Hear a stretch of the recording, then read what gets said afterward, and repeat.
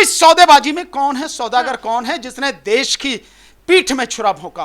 वो सारे लोग जो समर्थन में थे उस सबकी पीठ में छुरा भोंका। जिन्होंने ये सारा सब कुछ किया है सत्ता पक्ष के लिए किया है ना, क्या विपक्ष राजनीति कर रहा था उसमें? जो दोबारा बयान हुआ है कि मैंने किसी लालच में नहीं, लेकिन मुझे डर है, मुझे डर लग रहा है, मेरे परिवार के साथ कुछ भी हो जाए, कौन है उसके लिए देखभाल? इसका मतलब यह है साफ कि उसको डराया गया है, उसको डराया जा रहा है। कितना डराया? वही डराएगा जो अपराधी होगा, ये जो अपराधी के साथ खड़ा होगा। सत्ता पक्ष ही राजनीति कर रहा था। ये दलाल किसके हैं? सत्ता पक्ष के दलाल है ना।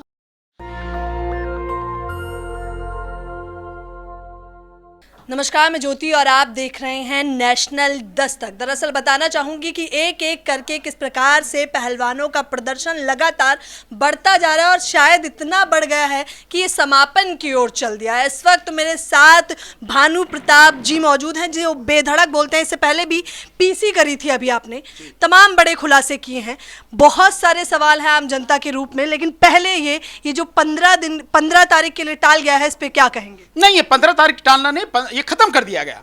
15 तारीख तो लोगों को मूर्ख बनाने के लिए डेट दी गई है। देखिए इसकी लीगल पोजीशन समझिए आप कि 15 तारीख के लिए कहा है सरकार ने कि हम इसमें चार्जशीट फाइल करेंगे, कोर्ट में चार्जशीट फाइल कर देंगे।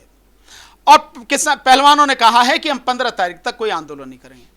तो जैसे ही कोर्ट में चार्जशीट फाइल हो जाएगी, बाकी कोई कुछ नहीं करेगा। पुलिस तो कहेगी हमने तो इन्वेस्टिगेशन कर ली, इतनी फास्ट इन्वेस्टिगेशन करी। सुप्रीम कोर्ट ने जो कहा हमने वो एफआईआर कर ली, फास्ट इन्वेस्टिगेशन करी, और इन्वेस्टिगेशन करने का काम बाद हमारा यही काम है कि कोर्ट में चार्जशीट फाइल करें। हमने चार्जशीट फाइल कर दी। सो उसके बाद पुलिस के हाथ में कुछ नहीं है, सरकार के हाथ में कुछ नहीं है, गृह मंत्री या गृह मंत्रालय किसी के हाथ में कुछ नहीं है। तो तुम जो एक मांग है कि उसको अरेस्ट करो, वो तो खत्म हो गई, और वो वैसे भी खत्म हो गई।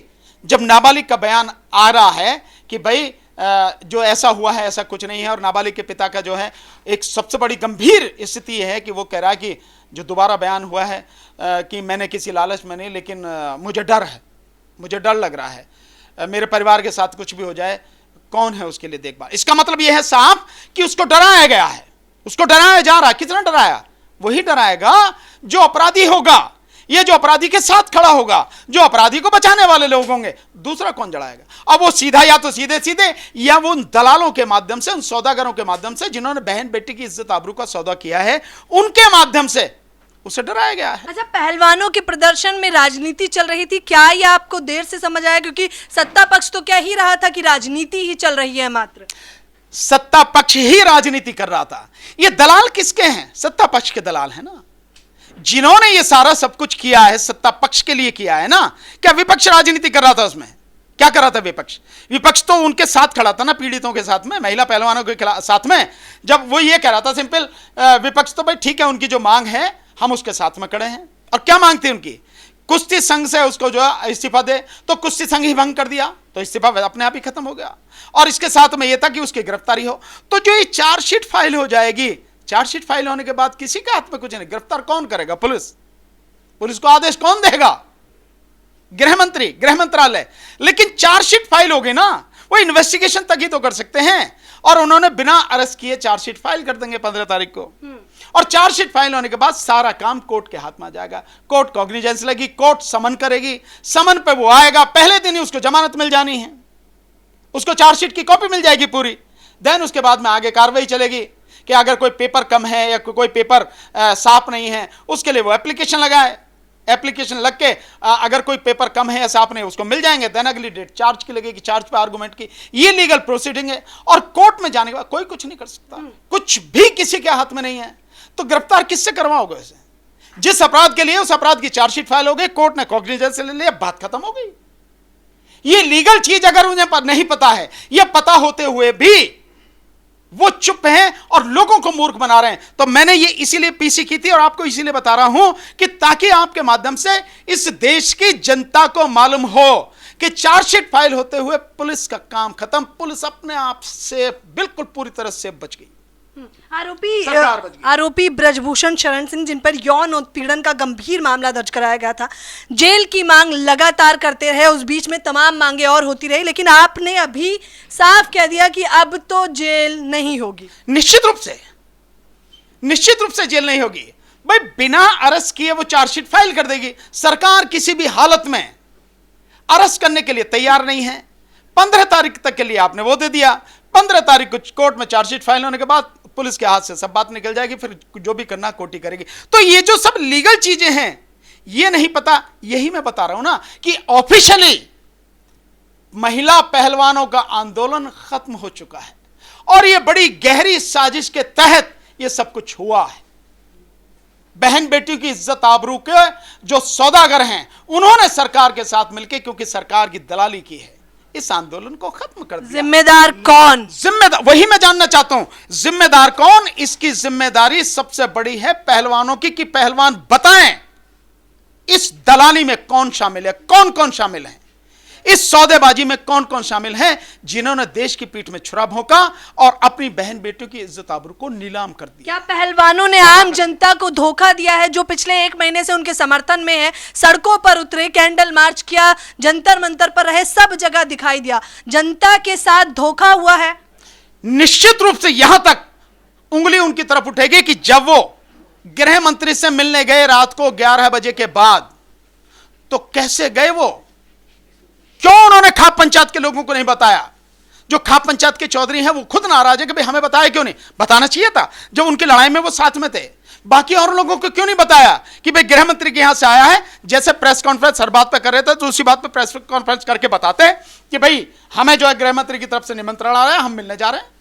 और मिलने जब गए तो साक्षी मलिक, उसके पति और बाकी 2 कोच वही तो गए हैं। क्यों उसमें विनेश फोगाट शामिल नहीं है? क्यों उसमें बजरंग पूनिया शामिल नहीं है? और क्यों उस मीटिंग को गुप्त रखने की बात थी? क्यों? राकेश टिकैत ने एक बड़ा बयान दिया था जंतर मंतर पर। मैंने जब उनसे खास बातचीत की थी तब उन्होंने कहा ये पहले मसला रोटी का था और इस बार मसला बेटी का है, तो हम तो नहीं उठेंगे, हम तो न्याय लेकर जाएंगे, जेल ही डलवाएंगे।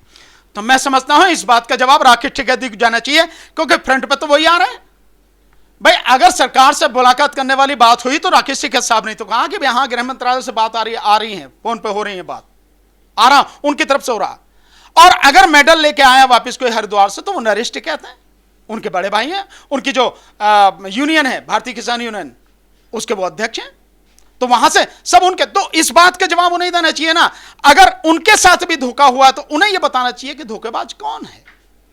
निश्चित रूप से जब वो कह रहे हैं, क्योंकि पहले किसकी बात, पहले मेडल वापस लेके आए वहां से गंगा में प्रवाहित करने से पहले, और उसके बाद में 5 दिन का समय मांगा, 5 दिन का समय बदल के 9 तारीख में हो गया, और 9 तारीख से पहले मुलाकात हो गई गृह मंत्री से अंधेरे में, और फिर 6 घंटे जो है खेल मंत्री से, और उसके बाद में सारी चीजें बदल गई कि 15 तारीख के लिए भाई चार्जशीट फाइल होंगे, तब तक आंदोलन स्थगित रहेगा, और 15 तारीख के बाद कुछ बताएगा नहीं, तो ऑफिशियली सब कुछ खत्म हो गया।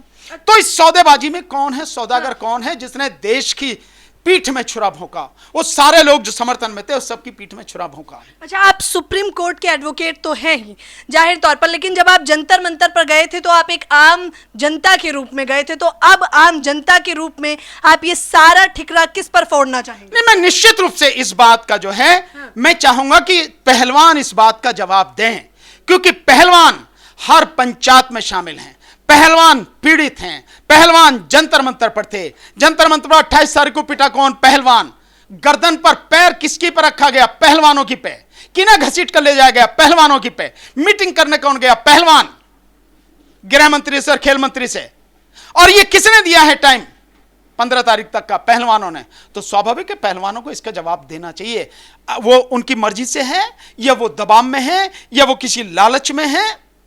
यह कौन है इस सारे षड्यंत्र के बीच में? कौन है जो बहन बेटियों की इज्जत आबरू का सौदा कर रहा है? वो सौदागर कौन है? क्या अभी भी कौन कोई है वो दलाल जो सरकार से बैठ के सारी सौदेबाजी करा रहे हैं? कौन? क्या अभी भी कुछ कानूनी दावपेच के तहत उनको जेल हो सकती है, या अब वो आजाद फिर से घूमेंगे और शायद एक और मामला दर्ज होगा? बहुत सिंपल सा तभी हो सकता है कि जब ये पहलवान कोर्ट में जब केस चलेगा और जब इनकी गवाही होगी, तो जो बयान इन्होंने पुलिस में दिए हैं, जो इनके साथ घटा है, सारे के सारे पूरी ईमानदारी से बिना अपना बयान बदले, जो सच है, सही है, जो इन्होंने अपनी कंप्लेंट में लिखा है, वो सारा बयान कोर्ट के सामने दें।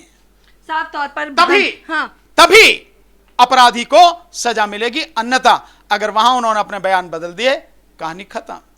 अभी भी अगर बयान ना बदले जाए, मीटिंग में जो भी बातचीत हुई है उसे प्रेस कॉन्फ्रेंस करके बताया जाए, सभी के सामने लाए, तो जनता ठगा हुआ महसूस फिलहाल तो कर रही है। लेकिन अगर सच में ब्रजभूषण शरण सिंह जो कि आरोपी हैं, अगर उनकी गिरफ्तारी हो जाती है तो जनता का भरोसा नहीं टूटेगा। वरना आप देखिए कि देखिए, मैं मानता हूं कि जो पहलवान हैं, इनको बाकायदा जो अपराधी हैं, जो सौदागर हैं, उनके विषय में पता लग के इन्हें बुलानी चाहिए प्रेस कॉन्फ्रेंस, और प्रेस कॉन्फ्रेंस करके जनता को, दुनिया को बताना चाहिए कि ये है सब कुछ जो हुआ है, असली दोषी अपराधी इस सौदेबाजी में कौन है, दलाल कौन है, बताना चाहिए, उनकी जिम्मेदारी है।